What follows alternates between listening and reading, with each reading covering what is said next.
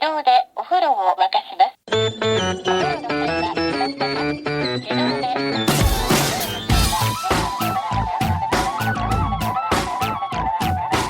Hello and welcome to another episode of No Such Thing as a Fish, a weekly podcast coming to you from the QI offices in Covent Garden. My name is Dan Schreiber. I'm sitting here with Anna Jasinski, Andrew Hunter-Murray, and James Harkin.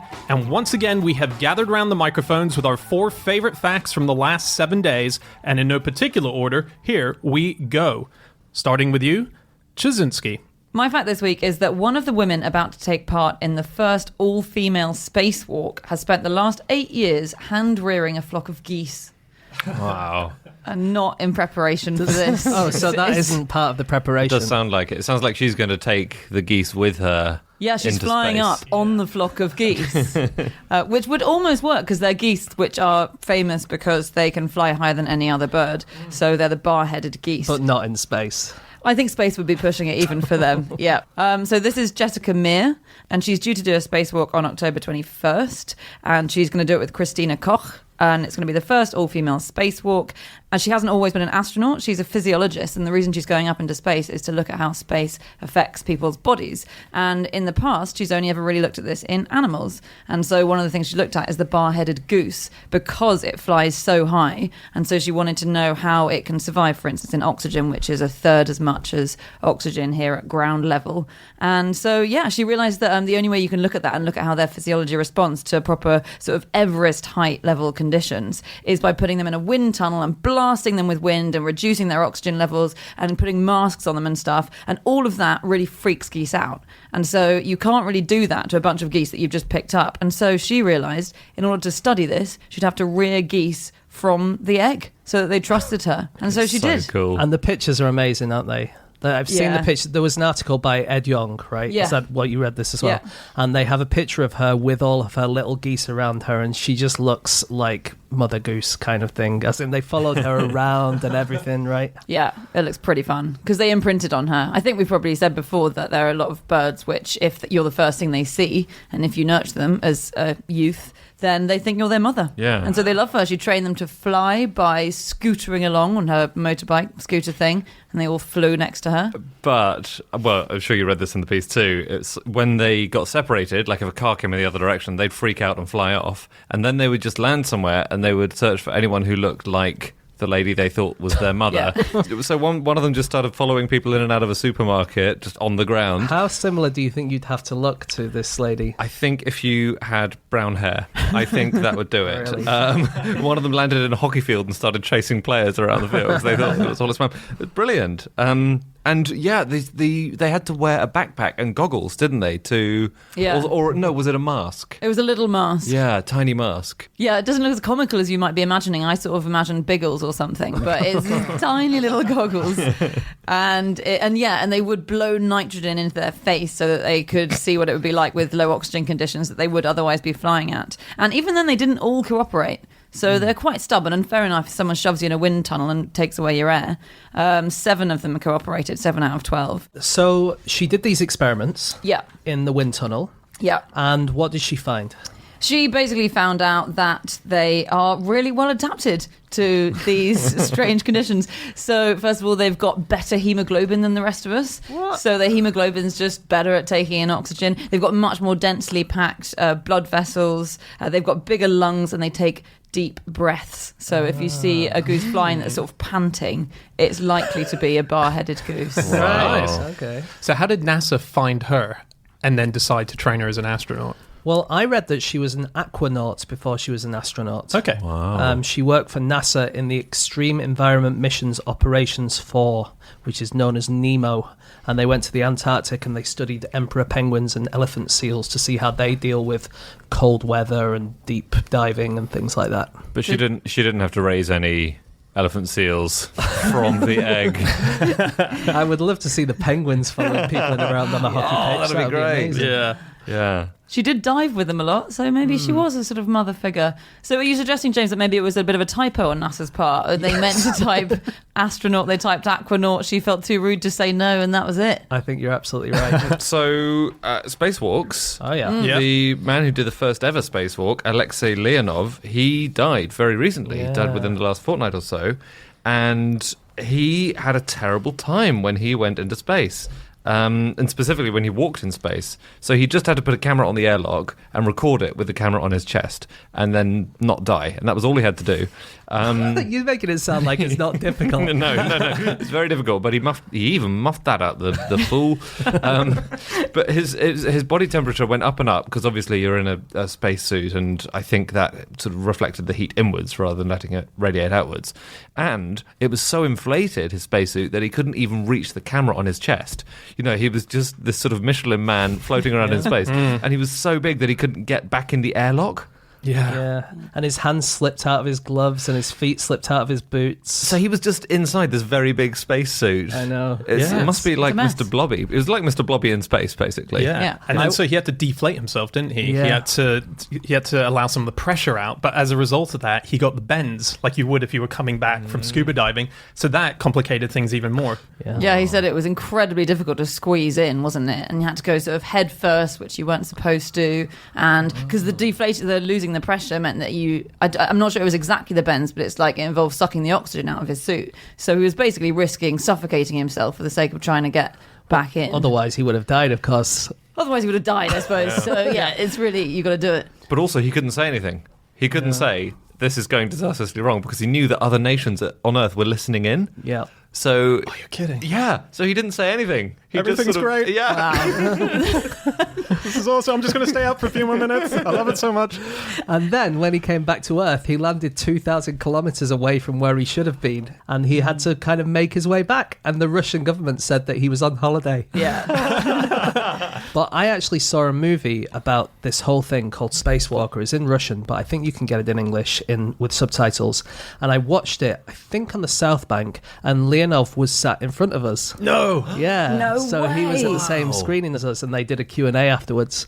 And they said that when they did the premiere in Moscow, there were two women sat next to him, and one of them was saying, do you think he's going to make it? They were whispering to each other, do you think he's going to make it? Do you think he's going to make it alive? And the other one went, well, I think so. He sat right on there. But it's an amazing movie. It's so tense. That's incredible. It's brilliant. That apparently was one of the feedback things that were given from an audience member who saw a premiere of Apollo 13. You know how they do test screenings? One of the things was classic Hollywood endings. They survived this improbable trip at the end as if that would really happen in real life. That's hilarious. Did they do the bit in the film where they apparently dropped a cauldron down to them? So they were in the deep snow in the Urals, hellish, worst place to accidentally land, and they'd waited 3 days. And then when the rescuers arrived, apparently, because they were very cold, they dropped a huge cauldron of boiling water from a helicopter down into the snow for them, so they could climb in and warm up. How fun would that be? I guess so.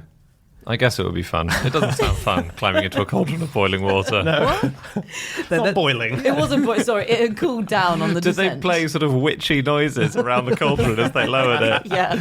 But it was also the place they landed was a wolf and bear riddled forest apparently, and it was also Russia. It was mating season, so all of the bears were particularly aggressive.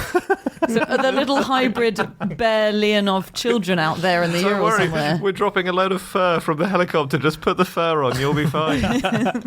Apparently, it was because of this that I read this fact ages ago that astronauts used to be given a gun because if they landed in enemy territory or somewhere dangerous. And But, I mean, it's a short-term solution to a problem. It creates more problems than it causes if you have an astronaut landing and then trying to shoot his way out of America or whatever. It's not for people landing in America. Sorry, it's for... stop bears from shagging you. Leonov survived and he made it into... I know, he was at the cinema.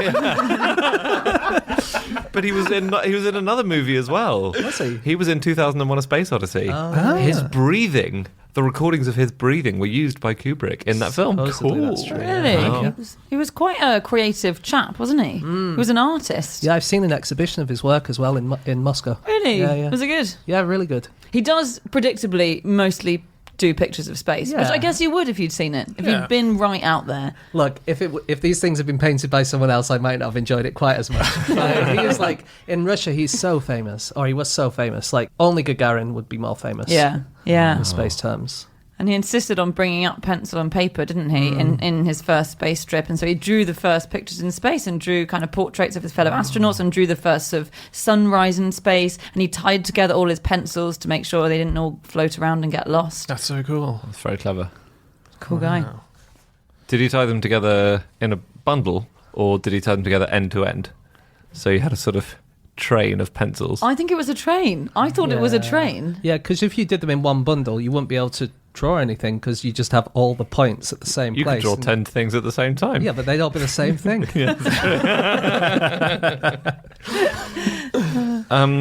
Just on why spacewalking is so exhausting is partly because it's frequently just home improvement is what they're doing on the ISS these days. They're just adjusting things and fitting new things. But every time you turn a spanner, for example, on the outside of the ISS, your body turns the opposite direction because of the lack of gravity. So it's really knackering just to hold your whole self in space with one bit of you while you're turning a spanner with the other bit. So that's a problem we don't have down here. Well, the other problem is, of course, is that you're going around the planet every 90 minutes. So he did a 5-hour plus spacewalk, and that's one of the other things. You've got the sun directly on you for half the time, and then you're back into ice cold of the universe for the other half, and so that's where the sweat, and then you go into absolute shivering storms as well. That's according to Scott Kelly, the astronaut. I read once, oh gosh, I can't even remember who it is or hardly anything about it, but there was a guy, I think, doing a spacewalk, and then like a flap of his spacesuit kind of came off, but it didn't expose his body, but exposed some part that wasn't supposed to be exposed, and he got the worst sunburn, like a massive triangle of sunburn on his back. No. I think so. It's so vague, that memory, but... What an amazing tan mark to have. You try and preserve that. Just back to Mir, the astronaut, not the space station, who is rearing the geese, who's at the top of this fact. She's not the only astronaut who's gone to space with the help of birds to get her there. Peggy Whitson, who is, by all accounts, the most experienced astronaut to date. She was the head of the ISS. She spent 665 days in space in total. That's enough to go around Mars and back, hypothetically. She'd made that trip with the time she was there. And she got there because she only got a pilot license when she sold chickens that she was raising for $2 each. That eventually built up enough money for her to get her pilot's license, which led her to becoming a NASA astronaut. Yeah. Is it true that, what was the reason behind her not being able to do the spacewalk in the first place? Oh yeah, so that was earlier on this year. Right? That wasn't Jessica Meir, but it was the person she's spacewalking with, Christina Koch. And this is in our book. We've written a book this year. Yeah, is it called the Book of the Year 2019? That's what it's called. Yeah, available in all good bookshops from a couple of weeks' time. And so this was news from our book from this year. The first all-female spacewalk was supposed to happen quite a few months ago, and it had to be cancelled because NASA didn't have a spacesuit that fitted. And this was Anne McLean was the other astronaut who was supposed to do it with Christina Koch. And it turned out when it came to the day, she trained in large and medium spacesuits, but she realised she didn't feel comfortable in the large one, and old Christina was hogging the medium one, so Anne said, all right, we'll let Anne do it. And that killed that for a few months, and now it's happening again. And is it because your body changes? I think I read this. Your body kind of changes when you're in space, and so you can never quite tell whether you'll fit into something until you get up there. Yeah, and so she had done a spacewalk in a medium one, exactly, so she knew that at least that would work. But do you get smaller in space? Oh no, she just didn't have access to a medium suit. You don't shrink in space. You're just further away. You get taller in space. Yeah. Because the gravity's not pulling you spread out down to your feet all the time. Yeah. I didn't realise it was only 2 women doing a spacewalk. And that's all, obviously that is all female, but when I read all female spacewalk... You thought that every woman on Earth... I just imagined like 5 or so, like roughly the same as girls allowed. That scene in Endgame when all the girl superheroes come in that slightly... Yeah. Because you wouldn't say if you had like 2 singers like Pepsi and Shirley, you wouldn't say they were an all-girl group, really, would you? No. You would say Girls Aloud are an all-girl group. Definitely. So what's the minimum number of all for anything. What about Sugar Babes? Would you say they're an all-girl group? I actually would. Yes, So I think it's three. I think three. Thing is, we're not calling it, can I just clarify, an all-girl spacewalk. It's an all-female spacewalk, guys. I think it should be called a both female spacewalk. The only both female spacewalk. I don't know if that's the you. same ring. Okay, it is time for fact number 2, and that is Andy. My fact is that the Netherlands has a restaurant where if you move tables, there is a chance you'll end up in Belgium. So this is a place called Baal, and I'm sure I'm pronouncing that correctly, so don't write in. And it's between the Netherlands and Belgium. The town is basically in the Netherlands, but there are lots of enclaves, which is, a patch of land inside another country, and those are Belgian enclaves inside the town. And some of these borders pass through living rooms, for example, or restaurants, and the laws are observed there. So there was a time when the licensing hours meant that you had to stop drinking in one country but not in another one. And so everyone would have to get up from their tables at some point in the evening if they wanted to keep drinking and then move across to the country where you could keep drinking. So It used to be that the legal drinking age, I don't know if it still is, it was 16 in Belgium and 18 in the Netherlands. So. that's great. So would you can I see some ID? And they'd say, can I show you my ID over there? I've actually been to this town. Have you? Yeah, Bal Hertog and Bal Nassau. I went just because I'd heard I knew about you would this have whole been. thing. That's I the know. kind of thing you do. Marking, Basically, yeah. I went on a holiday with my ex around Belgium and the Netherlands and dragged her to this town, which she was not impressed by, but I was really impressed. Because I did read that there's not really much there. There is not. Yeah. There really isn't. You get off the train and you wander around and you look at all the borders and stuff. And I had a wandering around looking for pornography shops and fireworks shops. Oh, wow. That's what I do when I'm on holiday. Yeah. So, yeah. Are they separate shops, or do they sell both things? No, so what I read before I went here is that pornography is more legal in the Netherlands and fireworks are more legal in Belgium. Yeah. And so they're in separate parts of this town. But when I went there, I actually couldn't find either. Again, still more clues to the end of this relationship. Did you see there's one house where, so a lot of the border doesn't affect massively houses because the border will go halfway through the house, Yeah. but there's one with a door where the border goes right down the middle Yeah, of the door. I saw that. It's very cool because what they have on it is they couldn't work out which country it belonged to for an address. So it actually has 2 doorbells either side of it. So you ring it if you want to be on the Belgium side, and then you ring it. So yeah, and it's got 2 addresses. So on the ground, they have these crosses which kind of show you where the border is. Rather than lines, they're kind of like crosses with a dot, cross with a dot, cross with a dot. And some of them go directly through the doorway. And then also, like all the houses have little flags on that are either Belgian flags or Netherlands flags, so you can tell which country you're in. And you can walk down one street and you can cross through 5 borders in less than a minute. Wow. Yeah. Although I couldn't tell with the house where it goes through the door, because the way you normally decide with a house which country it's in is by the doorway. And often people, or sometimes people on the border apparently have moved their doorway to be in a more tax-friendly country. And I couldn't tell which country this house counted as being in for tax purposes. So I'm kind of here to highlight some possible tax evasion. I bet it claims that it's in Belgium when the Netherlands guys come and vice versa. I'm sure you're right. Such a cop. So if you are sitting at the table in the Belgian bit, you're allowed to build a house within 300 metres of a pig farm, which you're not allowed to do if you're sitting at a table in the Netherlands bit of the restaurant. Who builds a house in a restaurant? Yeah, I think... Come on, Andy. I just You're taking the restaurant bit too far here. slightly am. If you're on the Belgian side, then fine. Okay. Yeah, and they have 2 phone systems and 2 police forces and 2 fire services. The fire service thing is really interesting. Did you read this? No. So the Belgian and Dutch fire brigades have different size hoses. Okay, they have they're different thickness, and so they had problems with the fire hydrants because the fire hydrants are different in the Netherlands than they are in Belgium. So funny. And so they appealed to the EU for money to kind of get all the hoses standardized and stuff like that, but they didn't do that. And in the end, the fire departments had to invent these adapters that could take you from one hose pipe to one fire hydrant and vice versa. Amazing. That's so cool. Isn't that cool? That's really good. Just necessity is the mother of invention kind of thing.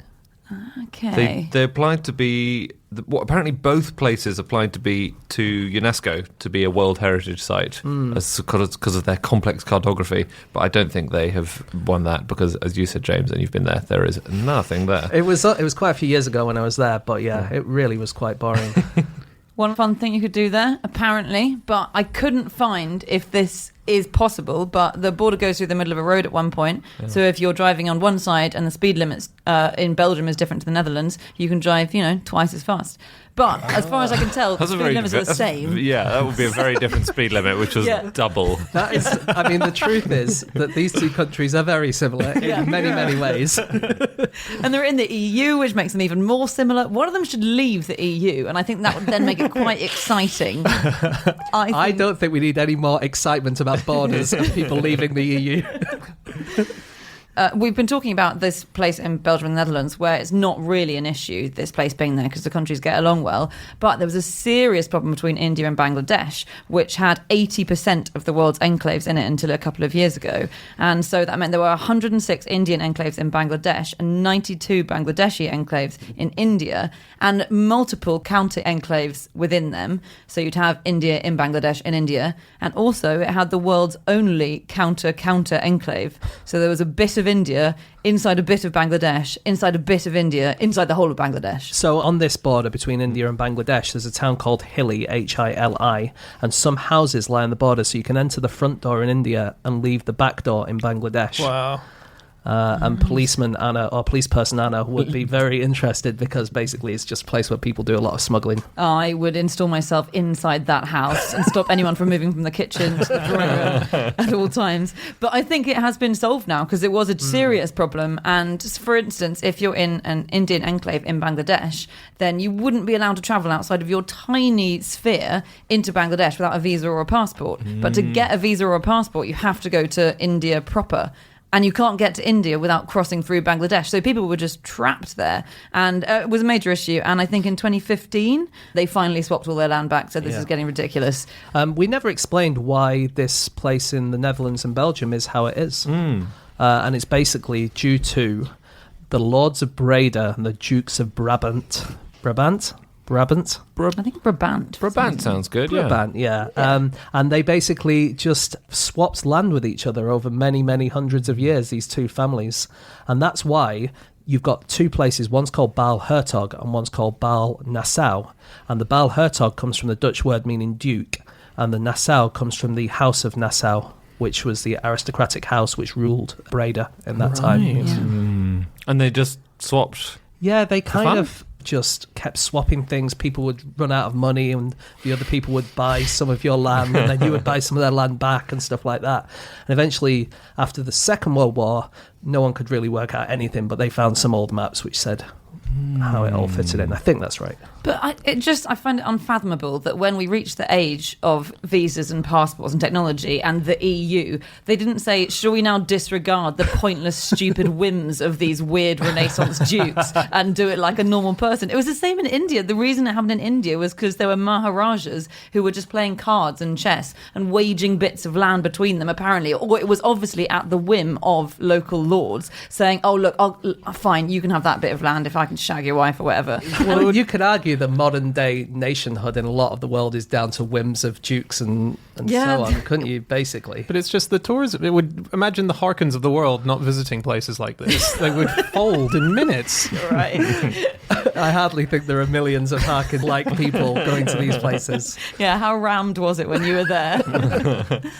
I was just looking at some weird borders, interesting border disputes or territorial disputes, and I didn't know about this place called Bir Tawil, it's a really big patch of land, so it's over 2,000 kilometres squared. It's a patch of desert. It's between Egypt and Sudan, and I believe it's the only place in the world which is not claimed by any country. As in, Egypt claims it belongs to Sudan. Sudan claims it belongs to Egypt. Neither of them wants it. It's the unwanted son of geopolitics. Yeah, this poor little lump of desert. That's terrible. Is it just really crap? Really shit. How crap must it be to not want that territory, though? Well, it's because basically there were two there were 2 accords which drew up the territory and decided who it belonged to. And one of them decided that this place, Bir Tawal, belonged to Egypt, and another place called the Halaib Triangle belonged to Sudan.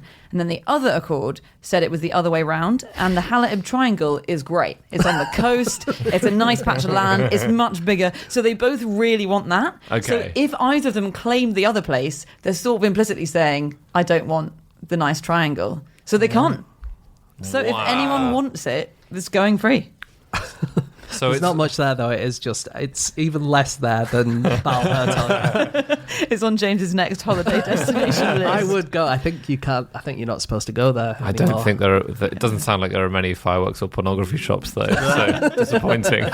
Just one more thing about borders. In China, trains crossing from Mongolia at the town of Erlian, they have to wait, and the passengers all have to wait inside the train while the wheels are changed. Really? Different gauges. Different gauges. The tracks in China are narrow. Classic. Used to have that in Australia. Huge issue between the states of Australia. Really? Because there was a massive dispute between, I think it was South Australia and Victoria maybe, about the gauges. No one wants to give up their gauges. I can understand it in 2 different countries, but come on, Australia, get your act together. The same country. Sort your shit out. I spoke to my friend who lives in China yesterday, and she's just been to visit South Korea, and she went to the DMZ and she looked with binoculars or a telescope over the border and saw what I think we've discussed before, the peace village, the fake village in North Korea. So I think cool. I'd we've love to mentioned go this. Oh, well, she actually, again, James, she did say it was really crap, but it sounds like you would probably enjoy it. That would not stop me, Anna, honestly. I know. Have you spoken about their negotiation room, the North Korea-South Korea negotiation room? No. This is for where they meet to sort of just discuss along the border, but the room itself is along the border. So there's a table in there which is cut in 2, which is the one half belongs to the north and one to the south. Why did they feel the need to cut it into? I guess it's a symbolic, this is our table and this is your table. Does it have legs in the middle? Because otherwise, surely the table's just fallen over in the middle. It's a long table, so it must have enough legs either side. Of the, What if you drop your pencil and it rolls over into North Korea? That's why they always tie their pencil with a load of string. Okay, it is time for fact number 3, and that is my fact. My fact this week is that in order to stop drought, an Indian village married 2 frogs. 2 months later, they had to be divorced because it would not stop raining. This is a thing that was done out there this year. This was in a place called Bhopal, and they were divorced symbolically because the rain was just causing total destruction in the area. They obviously couldn't find the frogs that they needed because I believe they must have been left back into the wild. So it was. Could they not have just found the one in the top hat and the one in the veil? So they were divorced by proxy. Yeah. Yes, yeah. Cool. Wow. Technically, they're probably still married, I would say. Yes. Wouldn't you say? They don't know it, though. They don't know they've been divorced. They probably don't even know they're frogs. But they'll be out there living in sin. Yeah, but this is a thing that's done a lot over in India. They have marriages of frogs for rain a lot, and they really go to town with the sort of the whole process of setting up a wedding. So they send out invitation cards. They had custom clothes made, wedding clothes for the frogs. You would have to make custom clothes because they don't sell them off the rack. Such a good point. What they actually have to go through, it's not just they just take any old frogs. They actually have a procedure that has them inspected by the zoology departments that are local to them. And after the selection process, they bring them together to a hotel. In this case, where I read a story, they got married on a tricycle. And and then they all go out for celebrations afterwards. About? This is what they do. What, have you seen a picture of this supposed tricycle? No. Was it a custom-made tricycle? I think it's human-sized tricycle. Really? I think they were taken to the venue on a tricycle. I don't think the ceremony took place on the tricycle. That would be ridiculous. Yeah. What? That's not good wedding inspo at all. Okay. I think if you're not old enough to ride a proper bicycle, you're not old enough to get married, personally. That's just my old-fashioned opinion. Very harsh. I don't know. I think that's uncontroversial. So they got married to please Lord Indra, who is the Hindu god of rains. And Indra he is kind of a weird god. So there was a goddess, a very beautiful goddess called Ahalya, which also means perfection. And she was married to another god called Gautama, but Indra really fancied her, really liked Ahalya, and so decided to disguise himself as Gautama to have sex with her. And then, as always happens, he got found out. And so Gautama cursed him to be adorned, his body to be adorned with 1,000 vaginas. Ooh. What? Wow. Yeah, that was his curse. I didn't see that coming. I thought he was going to get turned into a frog. I thought the same thing. No. 1,000 vaginas. The very opposite, he got turned into a different animal because Gautama thought, okay, 1,000 vaginas, actually that is a bit much. You know, it was bad what he did, but 1,000 vaginas, that's a bit much. Oh, can we guess? So he swapped the vaginas for eyes. So he was adorned with 1,000 eyes, and he became... I would guess a peacock. Correct. Hey. And that's why peacocks have so many eyes on their tails. They used to be vaginas. Oh, really? Did they? But not functioning ones, more decorative vaginas. I suppose so. Okay.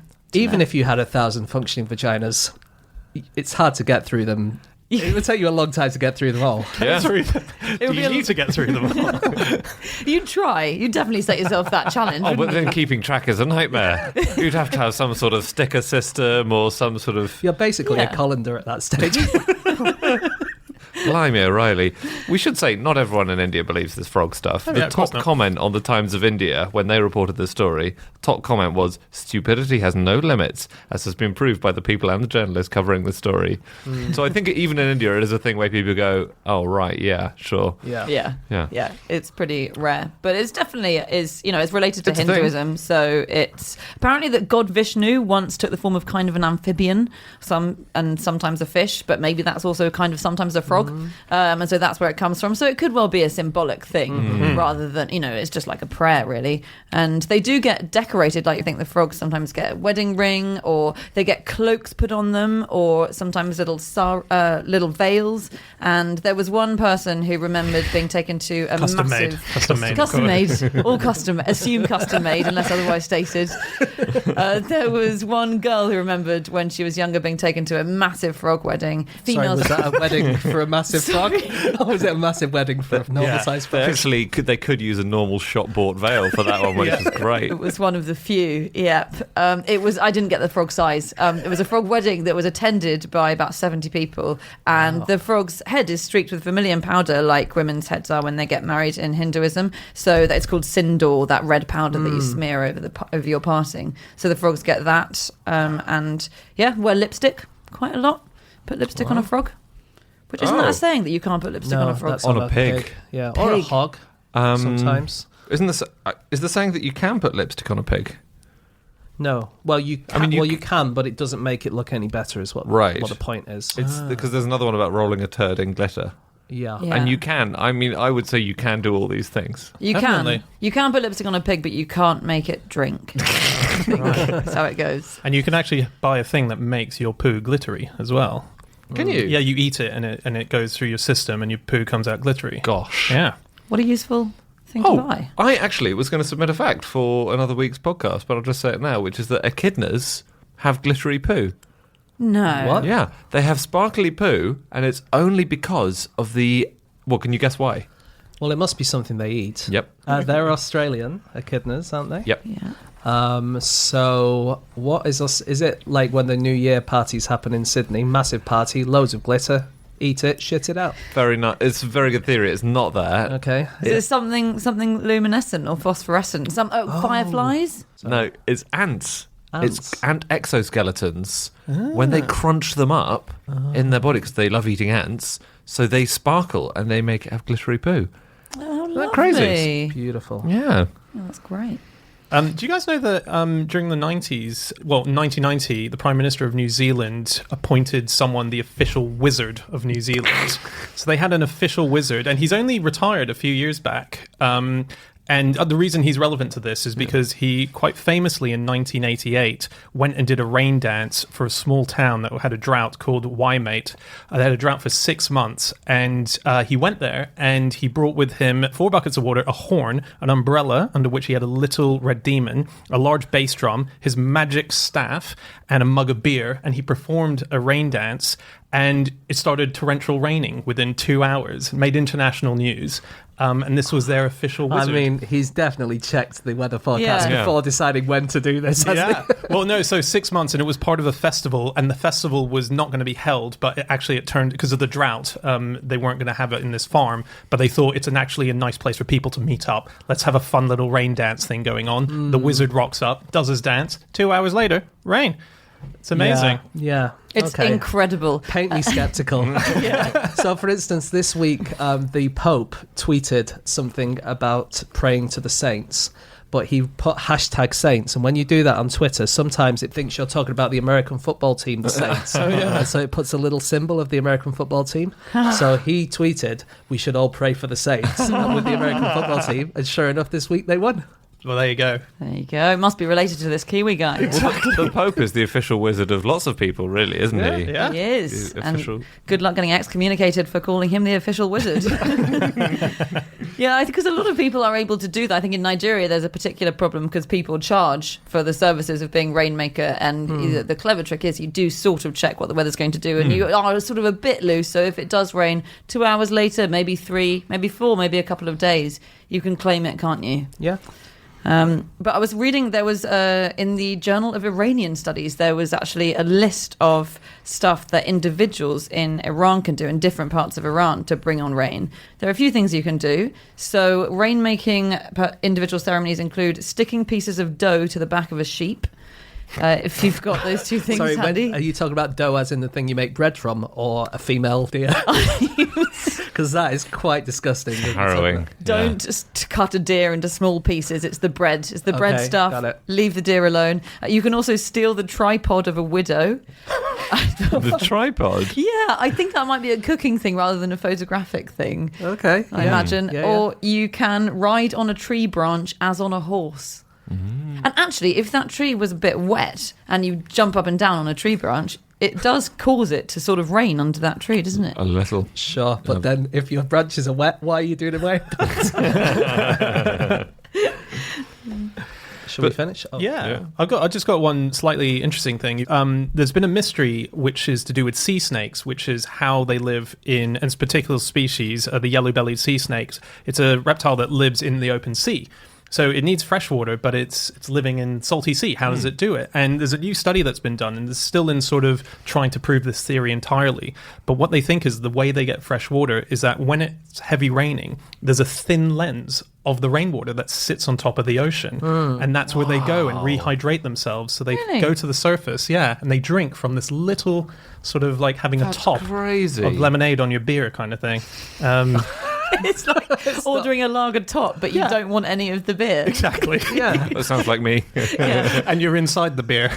Do you think that a lager top, you just drink the lemonade at the top and then the rest of it's just all beer then? It's just normal. Because What is a because they lager put top? a tiny I've so you have never heard of you have a this. full beer and they don't fully fill it up. There's like a Right. tiny little centimeter at the top that they fill with lemonade. And it takes the edge off a little bit. Takes the edge off. But And famously, beer is much denser than lemonade, and so the lemonade just sits on top. Well, how does it sit there taste-wise the whole time? Answer me that. You can't. Okay, it is time for fact number 3. Wait. What are you talking about? Wait, we've done fact number 3. We have done fact number 3. I'm afraid that segue is Damn not going to get you out of this. Damn it. Okay.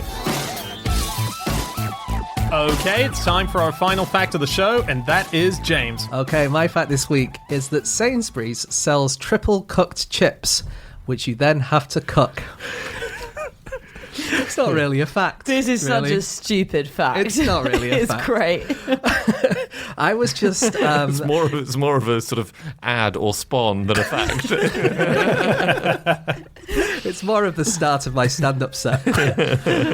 So what it was one of the other elves, we're doing the R series of QI at the moment, and one of the other elves, Matt Coward, posted a thing about refried beans, about how refried beans aren't fried twice. And he said, why would you fry anything twice? And I was like, well, you do fried chips twice to cook them. And then someone said that Heston Blumenthal triple cooks his chips, and so I wanted to see if anyone quadruple cooks their chips, and my Google just found this fact. And so triple cooked chips are a thing that was invented by Heston Blumenthal in the 90s, and you can buy them, so you put them in the oven and they cook. So they're quadruple-cooked chips.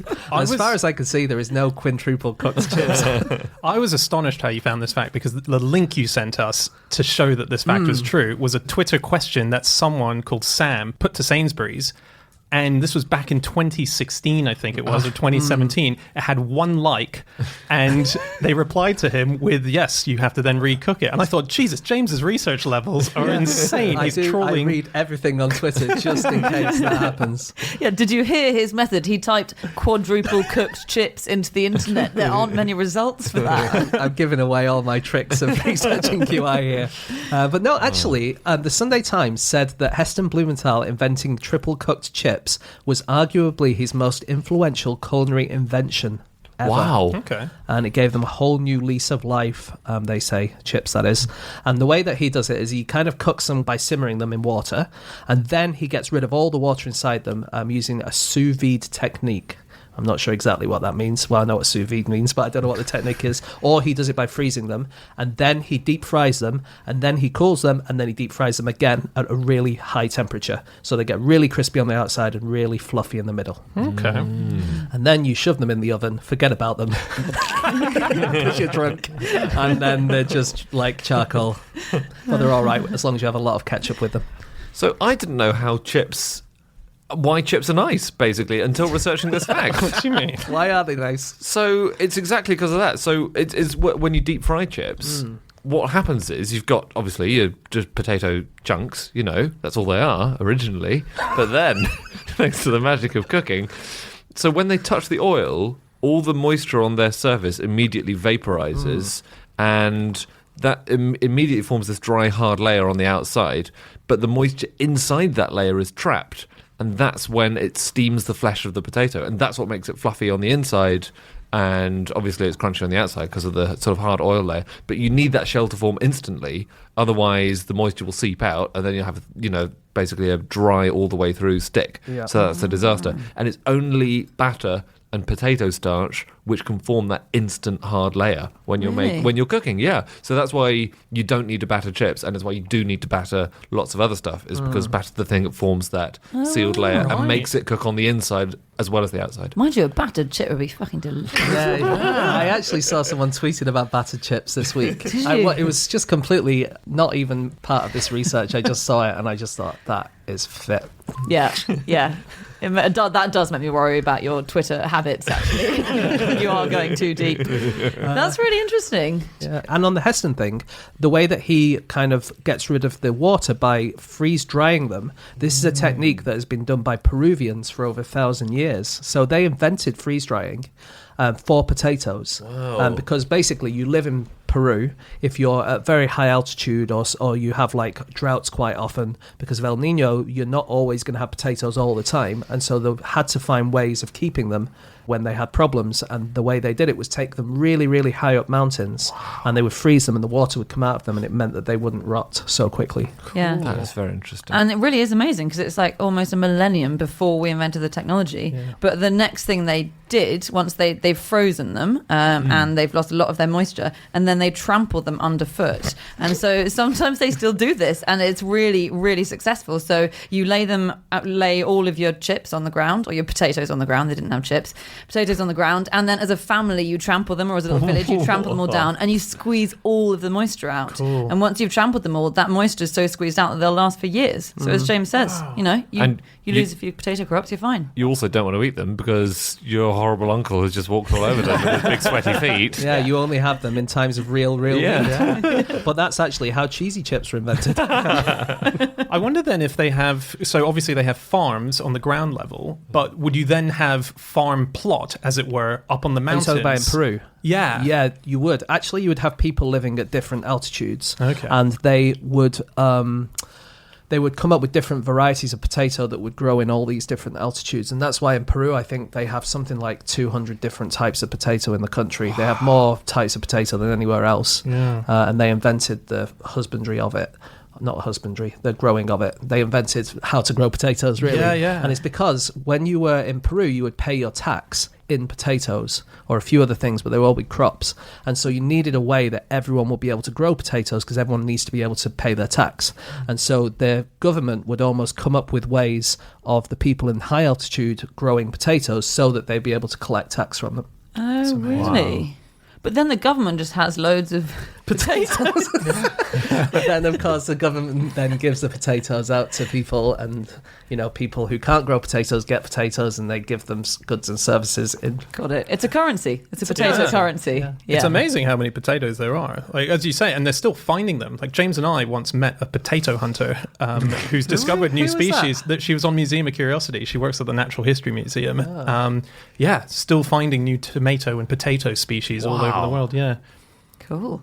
Why do we get stuck with the same old Maris Piper or Tesco Value new potatoes? Well, one reason is because the potatoes are trademarked by companies. Mm-hmm. So PepsiCo has been filing lawsuits against farmers in India who have been growing their special types of potato that they use for Lay potato crisps. Very controversial. I know. But I guess if you've put a load of research and development into, genetically making a better potato... I know how pro-capitalism you are. Hey,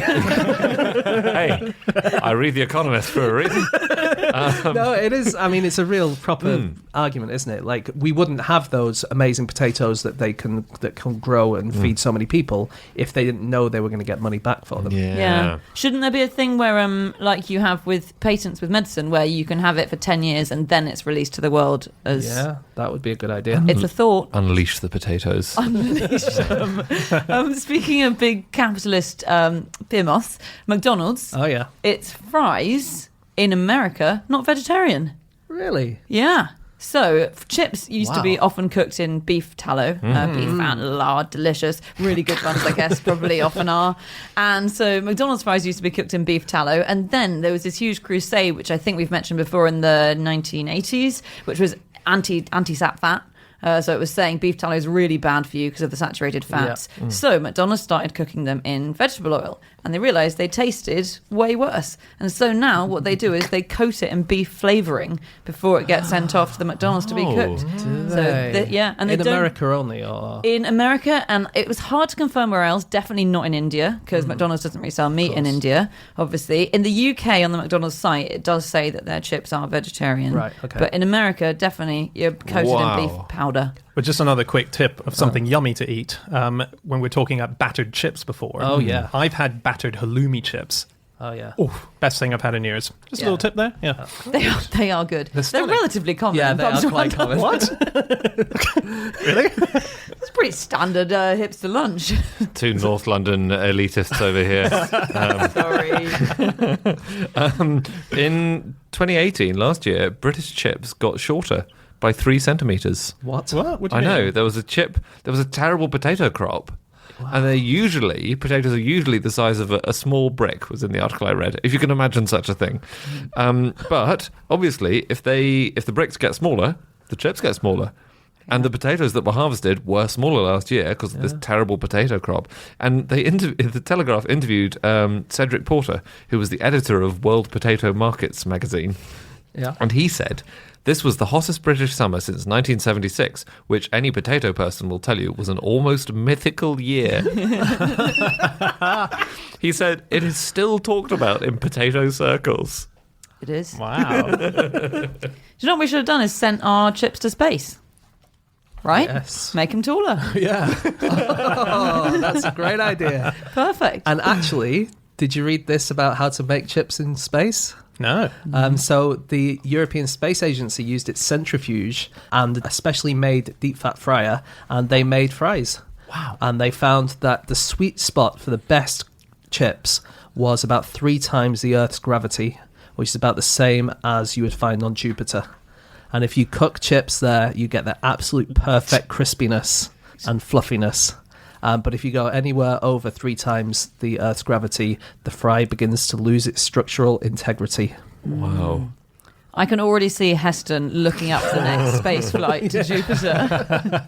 It is amazing because I read that too, and they built a rotating industrial fryer to simulate Amazing. up to 9G. Wow. But they did feed the students normal chips and then 3G chips, and they found that student volunteers were unable to tell the difference between normal and Sorry, hypergravity. 3G chips sound like they just have a very good internet connection. Can I just say, this is going way back, but you were talking about Andy Chips shrinking in size. Yeah.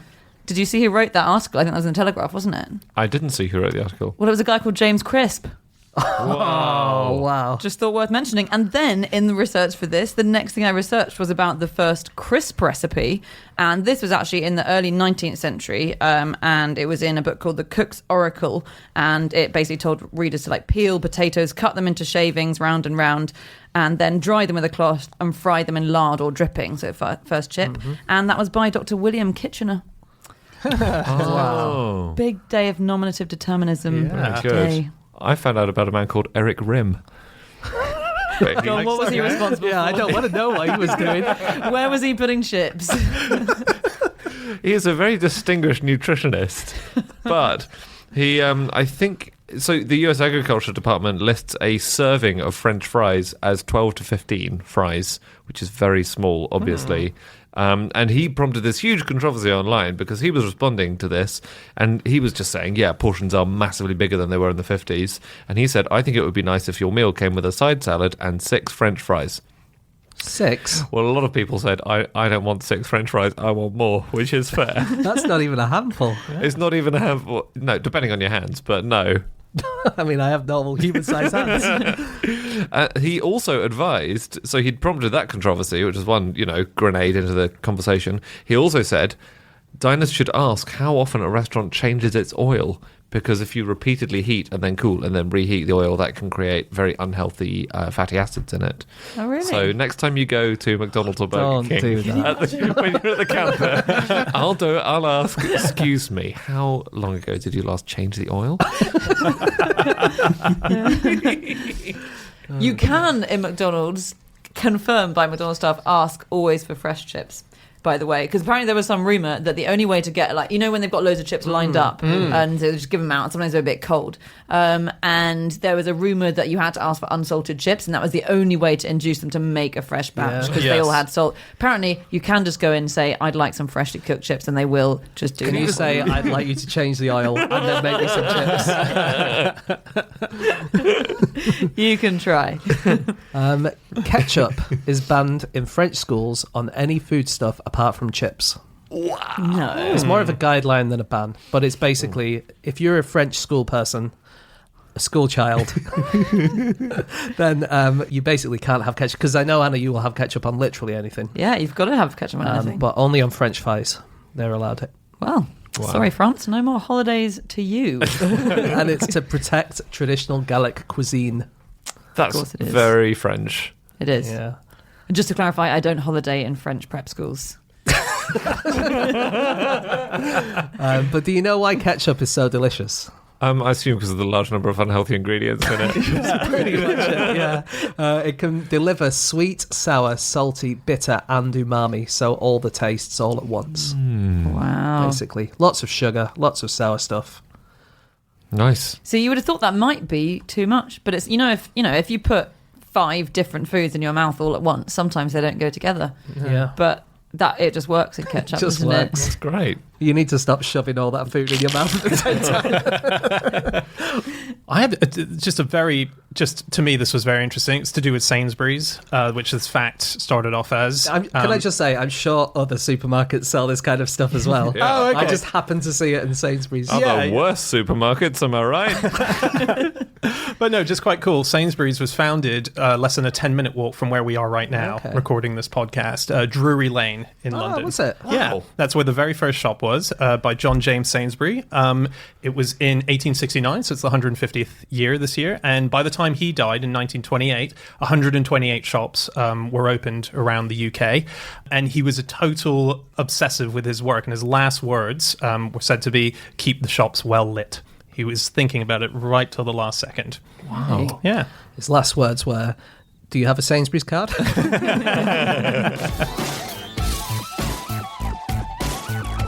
Okay, that's it. That is all of our facts. Thank you so much for listening. If you would like to get in contact with any of us about the things that we've said over the course of this podcast, we can be found on our Twitter accounts. I'm on @Schreiberland, Andy, @AndrewHunterM, James, James Harkin. and Chazinski. You can email podcast@qi.com. Or you can go to our website, nosuchthingasafish.com. You'll find many things up there, from previous episodes to upcoming tour dates.